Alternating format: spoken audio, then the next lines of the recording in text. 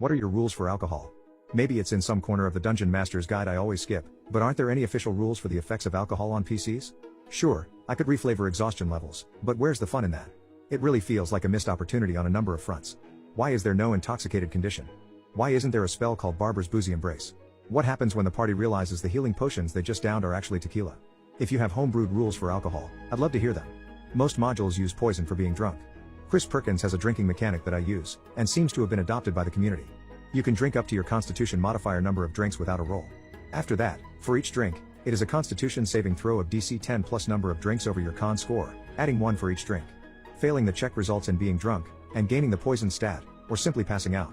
Poison, but to make it less lame, I'm giving one of my characters a homebrew feat that gives advantage on saving throws when drunk to encourage him to chug a bottle of wine mid-combat.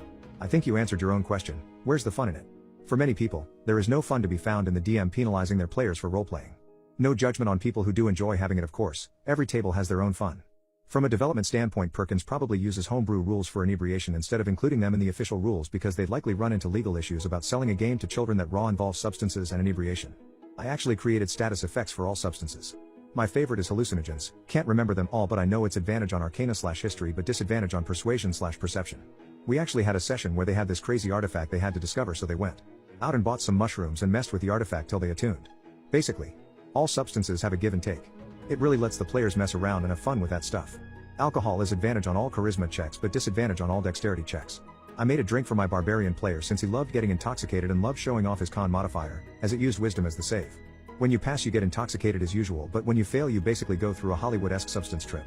One of my other players purchased the drink's recipe and it became an initiation drink for an additional party member and any other NPCs unfortunate enough to be associated with them.